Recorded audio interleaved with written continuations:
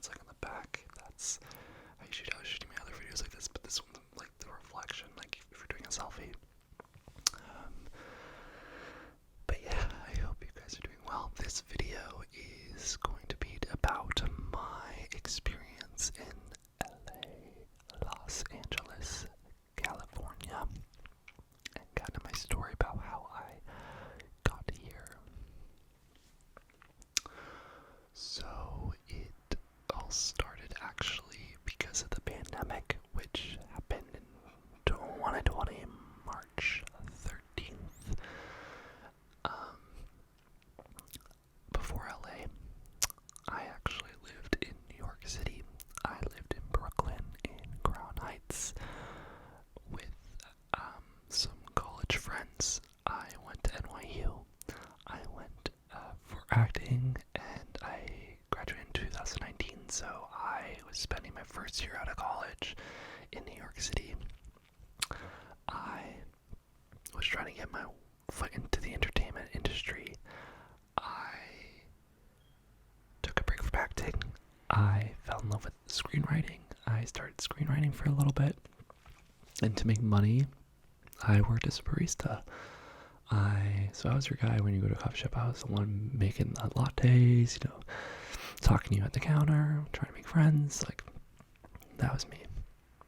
And I was doing okay. I was really just living rent by rent, like paycheck by paycheck for rent. But right before March, I decided to give production a shot. I knew I wanted to be in entertainment. And I realized that there was this world that I knew nothing about. I knew about acting because that's what I studied at school and that's what I love, theater. But I didn't know anything about production. I didn't know how movies were made or TV shows were made, and I didn't know if I liked it. I needed a break from acting, and so I was like, you know what? Let me go explore all the other jobs in entertainment and see if I fit in with any of them and love any of them. So I became a PA, which means a production assistant. And production assistants are the lowest of the hierarchy. But they're so important. They're basically the glue that holds the whole crew together. So a crew, usually, I can say this in another video, what a crew is, but a crew usually consists of all these different departments. They have, talent, which is the actors, but we also have lighting, we have camera, we have electric and gaffing are for lights, basically. We have costumes, we have crafty, which is for snacks, we have transportation, which is getting everything everywhere. We have locations, there goes my light, sorry about that. I guess I wasn't fully charged. But we have locations, and so I basically was trying to figure out what I wanted to do, and I just started networking. I emailed everyone I could, and I actually met with the art department, the head of art for a reality TV show called Impractical Jokers. I don't know if you've ever seen it.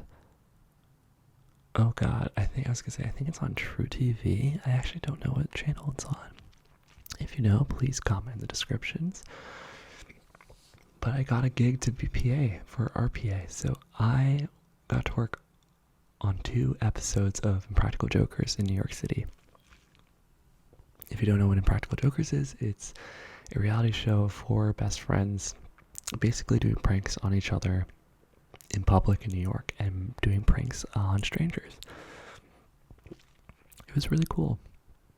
We worked around, like 12 hours a day, 13 hours a day, but I actually worked 2 days, and then COVID hit. So when COVID hit, I was in New York City. I'm from Massachusetts. I remember it was a Sunday. I was working a coffee shift, and I saw on the news how everything was shutting down, and I remember working my shift and I got this huge wave of anxiety because my dad started calling me and he's like, Nick, I'm coming down to pick you up. You have to come home immediately. And I was starting to freak out because I realized that people were getting sick in New York and no one was wearing masks. And also where I was in, oh my gosh, how do you say it? I was in a very Jewish community. The Hasidic Jews. Oh my gosh, I'm sorry, I totally forget, but it's the Jewish population that they are very hyper religious, and they're kind of like in their own. They have a neighborhood in Brooklyn, and they basically dress a certain way and act a certain way and have certain ideologies and beliefs. And one of their beliefs is they don't believe in vaccinations, and they yes, they weren't wearing masks and stuff. If any of that's wrong, I also apologize. I mean, that's what I think it is. I'm not gonna say I know everything, but yeah. So my dad comes down and picks me up that night, and we drive back to Massachusetts. And then that was the last time I basically stayed in New York ever. I stayed in Massachusetts for 6 months because of COVID. I gained 15 pounds because I was eating and not doing a single thing, and I never thought I could get fat, and I did, and it was okay. Except okay, well, this is a side note, but I actually had reshoots for a feature film I was doing during COVID, and I gained 15 pounds, and in the reshoots, I look so different than I did the year before, but I can say that in another chat. But yeah, I was home in Massachusetts, and then I came back to Newark for one day, and I got a call to work on a TV show called Shameless. And the only reason I got to work on it is because of COVID. There's a whole COVID department that opened up in entertainment. I don't know if you know about it, but in order for them to keep shooting, they needed people to, protect people against COVID, and I got into the industry that way. I basically was in New York on October, and I got the call the very next day, being like, hey, Nick, you know what, we actually have, someone just got fired, we have a job opening, if you want it, just let me know. And I said, okay, yeah, I'll let you know the next day. On Saturday, I was like, I think I want it. And then she was like, okay, well, let me double check on Monday that's still available, and I'll let you know. So Monday comes, she goes, the job's all yours, but we need you to start on Thursday. Can that work? And I go, okay, sure. I pack everything up. I say goodbye to all my college friends and everyone I love. I fly out on Tuesday. I have Wednesday to get situated, and then Thursday started working. I crashed at who my roommate is now. We were high school friends, and I actually crashed in his closet for a month. Talk about ironic, because I am queer, so that was kind of funny. And now I'm living with him, but I just started running. I worked on the show for I want to say like 5 months, and on that show I actually went from COVID into the locations department, and I got into the union on my very first show, which is unheard of. It's insane, and the reason it's insane is because to get in the union you usually need to have someone vouch for you, and it's usually pretty competitive because people have been in there longer. But what happened is I was in the COVID department for a TV show. The TV show was Shameless. I don't know if I said that before, but I worked on the last season of Shameless. And I was in tangent with someone in the locations department. So my job as a COVID PA was, this is what I did day to day. It was really unglamorous. I mean, the coolest thing was being on set and seeing the actors and all the crew and how everything worked. And I had a walkie-talkie, and I didn't know how it was a whole new world. We were riding on school buses to get to set because of COVID, and it was so cool. I was on the Warner Brothers lot, and yeah. But but what I was actually in charge of, I was in charge of washing stations. So they had these like movable hand washing stations, and I was in charge of moving them from location to location. So when we would be out like shooting in actual LA, I'd be in charge of like landing them. We had a whole truck and moving them to each location, so people had, and also the catering for lunch, making sure people could wash their hands. They had towels and soap, and and then I was also in charge of draining all the dirty water and filling it with clean water, and that was literally just my job. And so I did that for like 5 months, and and it really humbled me, and it wasn't pretty, and it was hard, like pushing all that stuff around, and actors walking by you, and it just wasn't very cool, but that's okay, and I am very grateful for it. But I was doing that, and I was also working alongside the location department, which there was a guy who, because COVID was so new, we needed to make sure that we could have all of our gear at certain locations, and so we had to work with the location department to be like, hey, can we bring this amount of sinks or hand sanitizers? So that we had a guy on our team that was dedicated for that, and he was my work husband.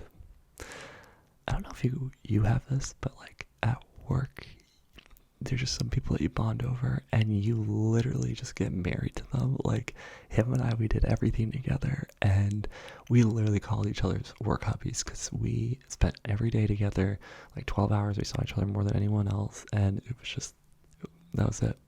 And he was totally straight, like married, and it was just so funny. And his name is Mark, and he was a great guy, and it was hard. So remember, like I just was moving to LA. I didn't, know anyone that well, and he was kind of my first person I attached to, and he was working locations, but then he left. He left for another job halfway through, and I got really emotional, probably cried. I definitely cried. It was like losing like your first friend. And then I actually basically was like, hey, I'm doing his job. Can I, get in the locations? Because I knew I didn't really want to do anything else. And I was like, that's kind of, and I loved Mark, and I was kind of like, this would be a cool thing to jump into. Like, he seems he likes it. And then I got in. I got in because no one else wanted to work during COVID, especially locations. You're like intermingling with the public a lot. So I got in, and that's what I've been doing for around 2 years now, which is wild, because it's October. It's been year 2 since I've been here, and yeah. So LA itself, I don't know if you ever visited. I come from the East Coast where there's a lot of seasons, and here it's really easy to forget what month you're in because it barely changes.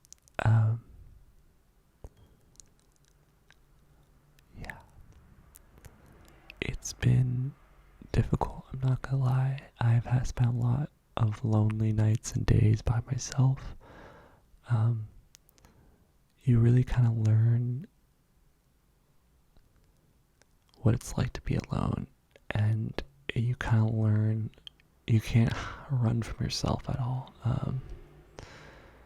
You can't really like run your family. You can't really like pretend that you're not here because it sinks in a lot.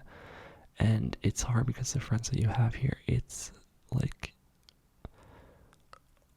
all really beginner based. Like in New York, I had it was 4 of us in total, 3 really close friends in all of college, and it became really deep relationships. Like, those people where you just like can hang out and do nothing with, and like that's your favorite day. Those are my people, and I didn't find it here in LA. And in truth, it's been 2 years and I still haven't. And it's scary because, I think it's really easy to think that some things are forever. And it's easy, and I get emotional because it's easy to think that, oh, I don't have friends now, so I'm never going to have friends, or I'm miserable now, so I'm always going to be miserable, or I don't like my job now, so I'm never going to like my job. Really black and white thinking, but it's so important to remember that this is all temporary, all of it. So, if I'm feeling alone today, like, one day I'm not gonna feel alone. One day I'm gonna have a significant other, and one day I'm gonna have friends, and it's just gonna creep up on me, and it's gonna creep up on you too. One day you're gonna look back and you're gonna be like, oh my god, I'm comfortable now. Oh my god, I have friends. Oh my god, wait, I have a relationship. It happens before your eyes, before you even notice it. And I think that's the fun thing about life. Yeah. So LA's been really difficult for me. It still is. I have all these dreams about kind of like going up the coast and leaving, and running away from things. And I'm realizing that's probably not the best thing to do right now. I'm also realizing, and I read a really good book too, but like, sorry, that was really loud. But that like happiness and peace, you can't run and go find that. You need to do it here and do it with gratitude and a lot of different things. But yeah, that's kind of my journey to LA. So I've been here since, and I moved in with my roommate a year ago. And yeah, I feel like I finally got my room situated. I have hats behind me. I have a closet. I have a really comfy bed. And this is my desk right here, my microphone. I have a storyboard behind you that I can show one day. And yeah, so that's me. I'm here now. And yeah, I guess just join me on my journey. It's funny. I really don't really know what's going to happen in like the next year or so. And it scares me a lot. I don't know if I'm going to change jobs. I don't know if I'm going to move. I don't know if I'm going to find friends. I don't know how I'm going to feel. So yeah, I wonder if you're going through anything like that too. And if you are, you're not alone. So yeah, and if you feel like you want to share anything maybe that you connected with in this video, or you want me to talk more about, if you could just leave that in the comments below, that'd be awesome. But yeah, I hope you have a really wonderful night or day or morning or whatever. And yeah, thanks for listening. If you could subscribe and like and do all that stuff, I'd really appreciate it. But until next time, I'll see you around. Okay, bye. Love you.